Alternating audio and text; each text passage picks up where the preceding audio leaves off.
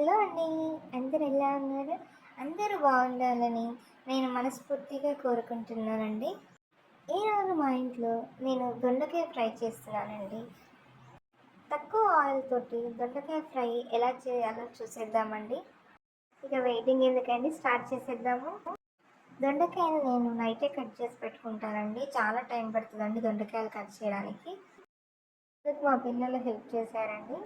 ఇలా night cut చేసుకోవడం వల్ల దొండకాయలు ఆరిపోతాయండి, తొందరగా ఫ్రై అవుతాయి. స్టవ్ ఆన్ చేసి ఆయిల్ వేడెక్కాక పచ్చిమిర్చి, ఆనియన్, ఇంకా కరివేపాకు, తాలింపు గింజలు వేసుకోవాలండి. అది మగ్గాక మనం కోసుకున్న దొండకాయ ముక్కల్ని ఇందులో వేసి బాగా కలిదిప్పండి. ఆయిల్ అంతా ముక్కలకి పట్టేలాగా కలిదిప్పండి. తక్కువ ఆయిల్ పోసుకోండి, ఎక్కువ ఏం ఆయిల్ అవసరం లేదు. మూత పెట్టుకొని ఒక 2 మినిట్స్ మగ్గిన తర్వాత చూడండి కొంచెం మగ్గాయండి. తిప్పుకుంటూ ఉండండి, లేకపోతే అడుగంటిపోతాయి. మళ్ళీ మూత పెట్టుకొని మగ్గిన తర్వాత చూడండి ఆల్మోస్ట్ మగ్గిపోయాయి. ఇప్పుడు ఇందులో 1 టేబుల్ స్పూన్ ఉప్పు, 1 టేబుల్ స్పూన్ పసుపు వేసి ముక్కలన్నిటికీ పట్టేలాగా బాగా కలదిప్పుకోవాలండి. ఈ ప్రాసెస్ అంతా సిమ్లోనే జరగాలి. తర్వాత 2 మినిట్స్ వరకు మూత పెట్టి మగ్గించుకోవాలండి.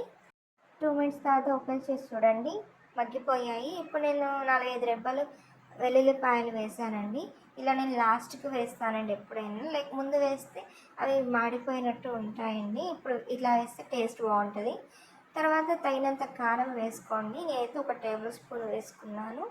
మీకు కావాలంటే కొంచెం ఎక్కువ వేసుకోండి. కారము ముక్కలన్నింటికి పట్టేలాగా కలిదిప్పుకోండి.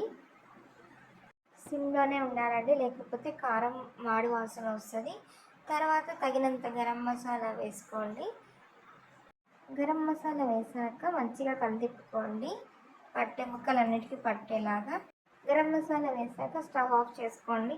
అంతేనండి, గుమగుమలాడి దొండకాయ ఫ్రై రెడీ అయింది. తక్కువ ఆయిల్ తోటి దొండకాయ ఫ్రై చేసేసానండి. మా పిల్లలు అయితే చాలా బాగా తింటారు దీన్ని. మీరు ఎలా చేస్తారో కమెంట్లో చేయండి. Thank you. Subscribe my channel.